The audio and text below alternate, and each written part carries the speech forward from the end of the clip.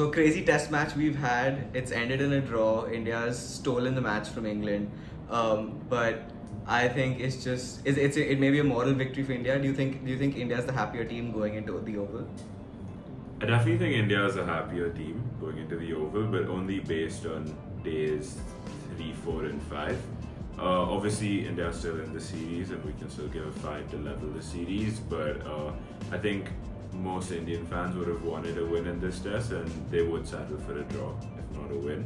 England, on the other hand, would be very frustrated, as evident on the end of day 5's play. But yeah.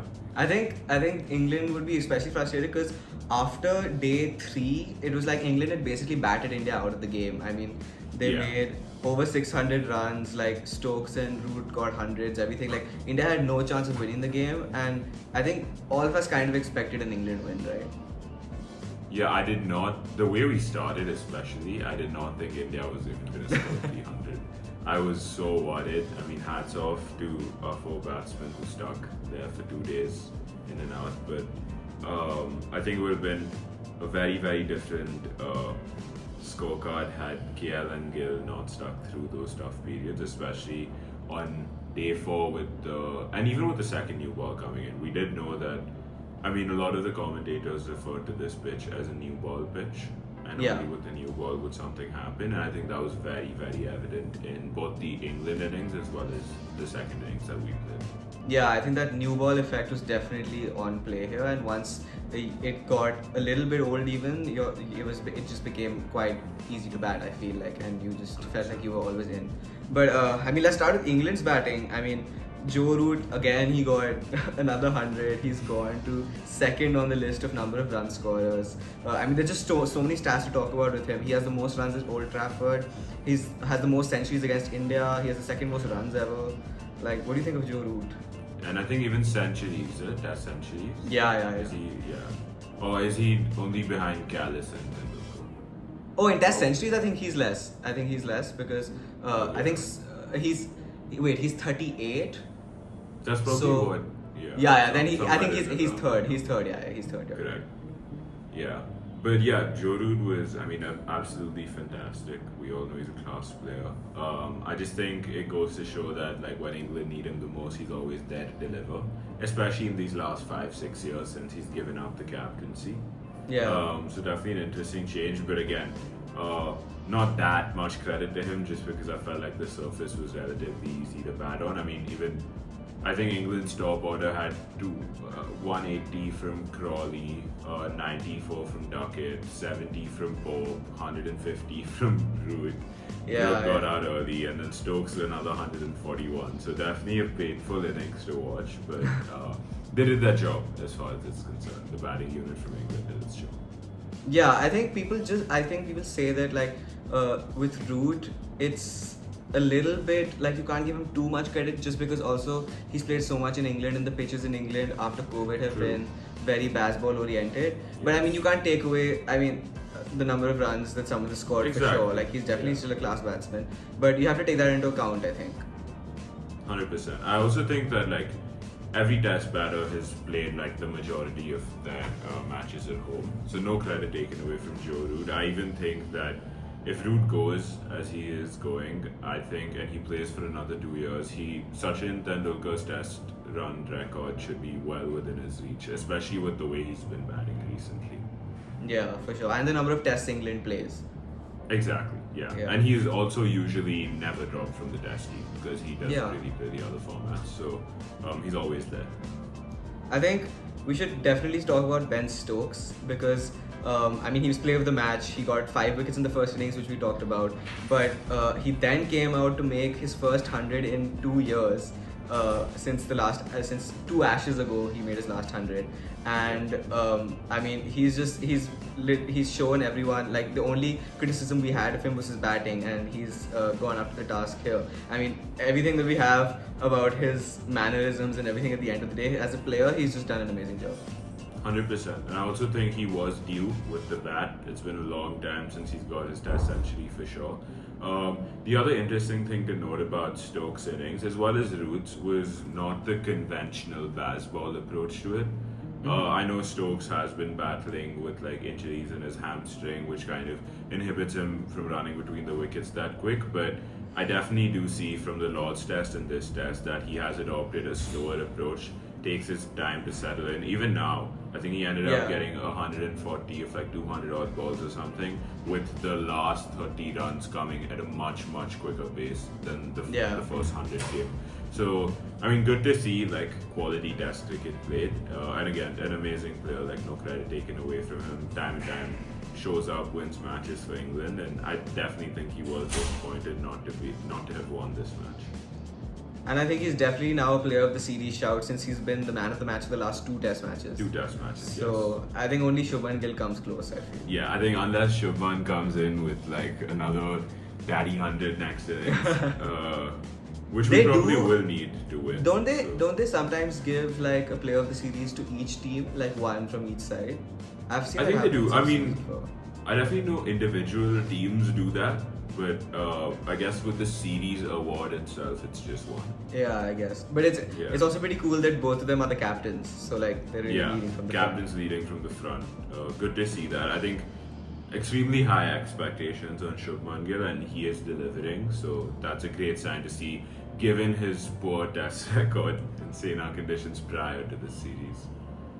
I think there was, apart from England's great batting, I feel like our bowling just looked a little bit out of the like just not up to the mark. I mean, Anshul 100%. Kamboj really averaged only 125 kilometers per hour, just got 1 wicket. He's definitely he's a much better bowler than what we saw on Test match, on display in this Test match. I really don't think he's going to keep his place in the next Test match. But what do you think about the speeds? I mean, even Bumrah only managed 1 ball above 140 kilometers per hour. I think the speeds were definitely a letdown. I mean, especially if Bumrah is only bowling 1 ball above 140, and Anshul Kamboj is classic around like the 120, 125 mark. Siraj is maybe 135 to 140 is also pushing it a little bit. And if you just compare that to England's pace attack, I mean, Ben Stokes is consistently hitting 135, and he's probably the slowest of their quicks. Or Wokes is also like 130, 135. But when you have Archer and Cast bowling 140 kilometers consistently, obviously that's going to hurry your batsmen up. And honestly, in terms of fast bowling on pitches as have been given in this series, the pace is the only differentiator. And even if it's like, we noticed that the ball kept very uneven for India's second innings with the bat, but when you are bowling, when you are hitting the deck harder, I am sure that the deviations from the pitch are much more pronounced if you're bowling it in quicker as compared to like a slow, lanky ball, which we saw a lot of in India's innings while bowling. I think more so with the new ball, it was disappointing. I mean, Bumrah didn't create the classic impact that he normally does, and it was his first time giving above 100 runs in a Test match, and probably, I think, which is quite a crazy stat. Yeah, I think the only other bowler who's done that's Curtly Ambrose, who's played like that many number of innings. But okay, like everybody has that off day, but it was the spinners who chipped in with the wickets. I mean, hats off to Joshi and Jadeja for an amazing spell from both of them in that innings. Definitely saved the day. I think one thing I was really surprised about was how we used Washington Sundar so well with the bat. I mean, we sent him at number 5. It was a great promotion. I feel like Rishabh Pant was injured, and it was a great promotion to get Washi up to number 5. But how did we not get him to bowl earlier? I mean, he came on to bowl in the 69th over. Up till then, like, our paces were just worn thin by the English batsmen. And as soon as he came in, like in his 5th over, he got Ollie Pope. In his 6th over, he got Harry Brook. He was getting so much drift. He got 4 wickets in the last match, all bowled. I mean, I think Shubman Gill definitely missed a trick with not getting Sundar on quicker. Correct. And I even think last match when Sundar came on, we didn't expect him to have that sort of impact. But given that he's proved that to you last match, I was expecting Sundar to come into the attack much earlier. I guess he was trying to play it safe by trying to keep Jadeja on one end, but Sundar definitely created a superb impact. I mean, he got Pope out, which was a breakthrough wicket on day 3, and then he got Brook out, who, I mean, is one of England's top batsmen, scores at a high rate. The scorecard we'd be looking at would be a lot worse if Brook had batted a few more.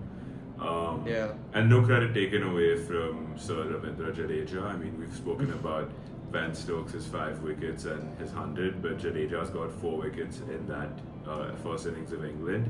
He also got 100 in our second innings. But going back to his wickets, I didn't notice. So, breakthrough wicket with Crawley. 2 big wickets with, I think, Root and Stokes, although they had scored their runs by then. And then wrapping up the tail with Braden Cow. So 4 big wickets taken by Jadeja, and then Pope and Brook taken by Sundar, which is effectively showing that your base bowling battery has offered nothing on track like this. And gone for a really high economy rate. Exactly. And I think, apart, if it wasn't for Stokes' brilliant performance, Jadeja was definitely man of the match. I mean, he just played so 100%. well. 100%. I think Stokes was just like, he got a 5-4 in that first innings, he got a big 100 in the second, so there was no disputing Stokes from the man of the match, but Jadeja was definitely our man of the match. And I think I'm very happy that this series has shown Indian fans altogether how valuable he is to this test team. Yeah. Okay, coming to Indian batting, I mean, it was just a nightmare start from Jaiswal and Sai Sudarshan. I mean, I was like hoping, okay, now we're going to have a good, slow match for a draw. You know, we're going to see some gritty batting, and it's the first over itself, Jaiswal and Sai have gone. What were your feelings after that first 2 overs over? I honestly put the TV off after the first over. I was like, I can't do this. Like, I need like a 2-3 over break. I need some rest. But coming back to those dismissals, Wokes bowled a very good line for sure. That line has troubled Jaiswal in the past, and we've seen that. I think with Sai Sudarshan, it was maybe a lapse of concentration on that first ball. Usually he seems like a very stable and steady batsman when it comes to leaving the ball as well. And he had a good innings the first time around. But losing those 2 back-to-back when you're in a position where you were trailing by around 300 runs, definitely not an easy start, which goes to show how much KL and Gill stood up and fought through the next day of play. I think it's just really good as a cricket viewer to watch a hard fought draw, and especially from a position when you're 0 for 2, trailing by over 350 runs, and all our other batsmen apart from the 2 zeros were 90 plus scores. Exactly. And I think it wasn't even the runs that they made, it was the balls that they faced. I mean, they just had to bat time, and that's exactly what they did. Shubman and KL played. They didn't go into their shell, because if they went into their shell, I feel like one ball always comes that has your name on it. So you need to keep the runs flowing, you need to keep your attitude positive, and that's exactly what they did. I mean, KL has been playing with a 40 to 50 strike rate this whole test series, and that's what he did. Exactly. And Shubman did pretty much the same thing. So before Washi and Jadeja came on the 5th day, I feel like the platform that Shubman and KL set was just really incredible to see. Yeah, I think it was just incredible to see their ability to blunt the ball when they needed to, accelerate strike when they needed to. Both played aggressive cricket, especially when the new ball wasn't there. When the ball was slightly old, you did see the drives from Shubman Gill, which were like absolutely stupendous. He seemed in full flow when he was driving that ball. And likewise with KL, it wasn't an easy pitch to survive on. I mean, though England made it look easy, there was a lot of uneven bounce like we mentioned. So hats off to Shubman and KL. I mean, both have gotten hit on the body multiple times in that innings. They both did a fantastic job. I really wish KL got his 100. I think he definitely deserved it. I think he's had one failure as a batsman in this series, which is insane to see. I mean, you want your opener to be like facing as many balls as possible, getting to like those 40 plus, 50 plus scores, and he's delivered exactly what was expected from him. So overall, with the Indian batting, I think a very good show. I think an interesting comparison that I had was when KL and Shubman were batting, all I could think about simultaneously was that VVS Lakshman Rahul Dravid innings.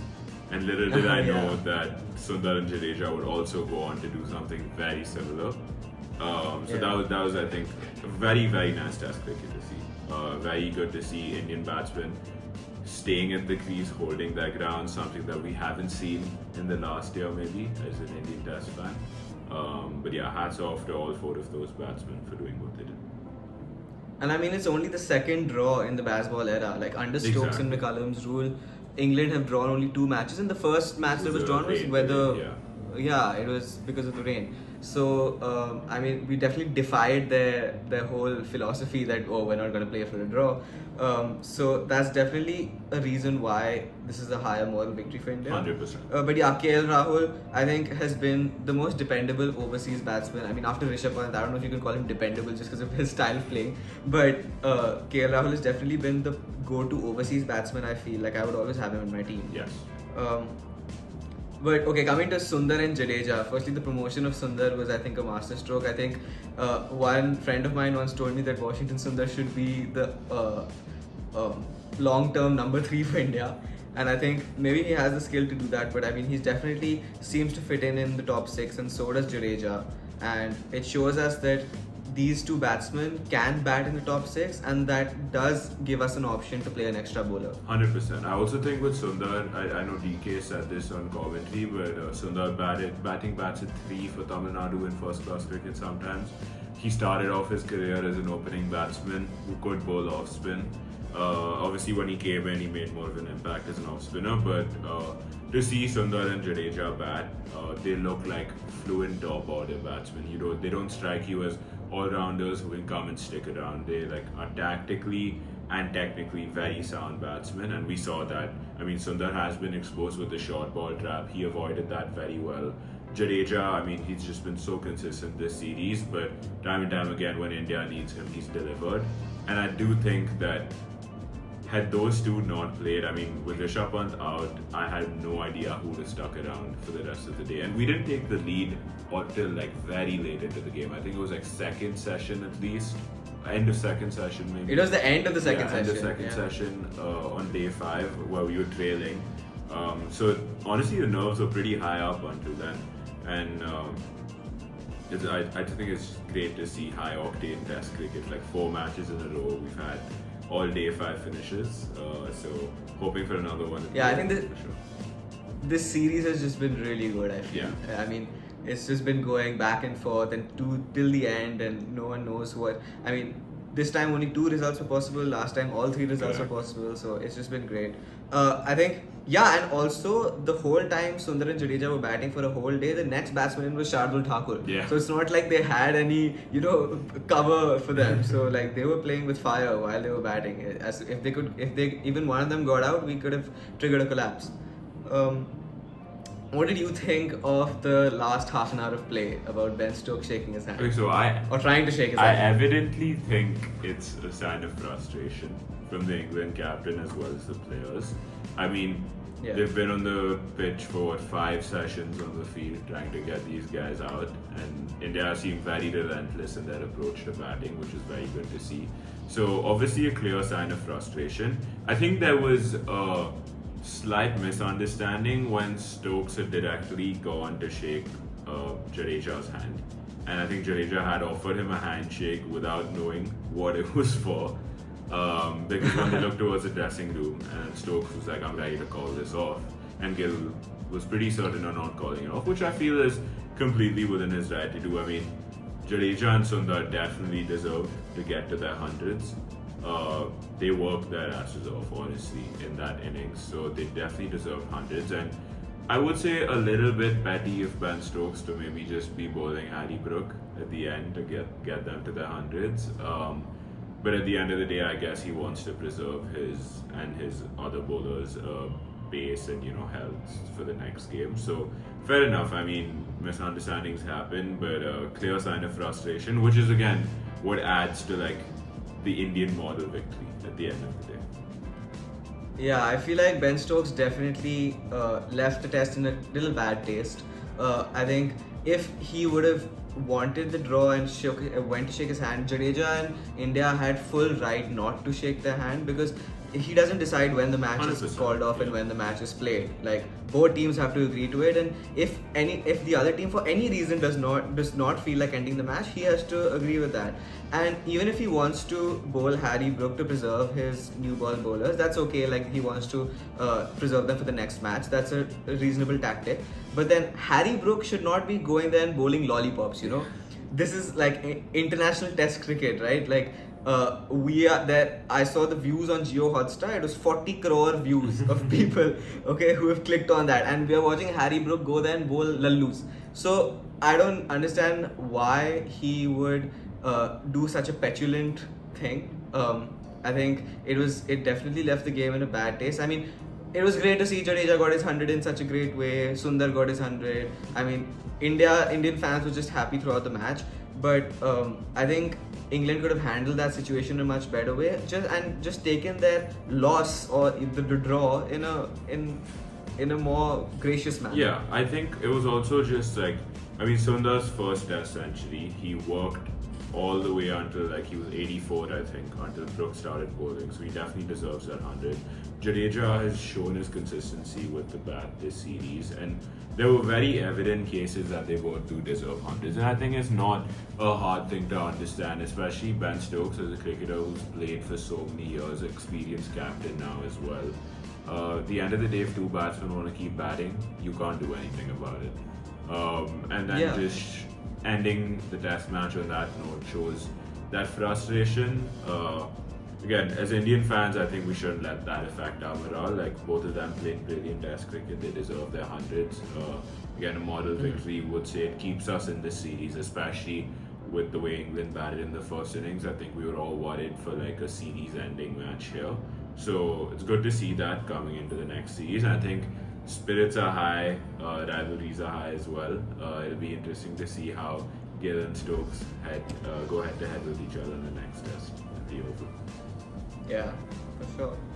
Alright, so we have a great test coming up at the Oval. Last question before we wrap it up. What do you think about India's combination for the next test? Do you think Kuldeep Yadav will Okay, so play? I have said this for the last two matches, but Kuldeep Yadav has to play one game this series now. Like, there is no way with which he doesn't make it to the test team, especially, I don't know if Anshul Kamboj is going to be retained. I don't know if Bumrah is going to be fit enough to play this test, especially with the speeds he was clicking this match. I would personally like to see Arshdeep as well in the team, especially if Bumrah's not there and Akashdeep's not injured. I guess he has to sort of come in. I don't fancy Shardul Thakur in the playing 11, so I would definitely want Kuldeep to come back. And I guess based on the way this match has gone, Jurel's going to be in for punt, and there's going to be no changes to those two all-rounders at the bottom. So we're going to stick with that. I suspect Kuldeep will come in for Shardul. Akashdeep for Anshul Kamboj. I hope Bumrah plays also now, because for the past 2 days he's been sitting, right? Yes, like England have been batting and he hasn't been able to, and he doesn't have, like, India have been batting for the past 2 days. So he gets extra 2 days rest along with Siraj, who's played every match. Plus, I think now Jurel will bat at 7, because if we see Jadeja and Joshi at 5 and 6 who played so well, I think they're going to stick. Yeah, and I also think the fantastic thing about these three players is that with Joshi, Jadeja and Jurel, all of them can bat at any points in the middle order. Like, if you don't want to risk giving your lefties out, you can put Jurel in front. You want Joshi to bat at 5, you can have a righty in the middle and have Jadeja come in after that as well. So I guess that's the one good thing about having the all-rounders in the test team. So that would be fun to watch. I do think I definitely am more reliant on our batting, especially, I guess I'm expecting the Oval also to be a flat track. But I do want to see big changes to India's bowling unit, just because the way they bowled this match, it didn't look likely at all that we'd be able to get 20 wickets this test match. Yeah, and if we have to get 20 wickets, Bumrah and Kuldeep Yadav need to play. Yeah, they're your game changers. They are two strike bowlers, like game changer players. Only one guy. Joshi bhai hopefully will be there. I mean, I wouldn't even mind if he has to rest, and we did know going into this series that he was only going to play 3 games. So if he has to rest, he has to rest. But definitely Kuldeep Yadav coming back into the team, because you've seen the batting depth now. I mean, you've seen how now it's there. Survive. Jurel's going to be there as well. So I think we should be fine. Alright, so that's it, and we will see you at the Oval. Thank you for watching.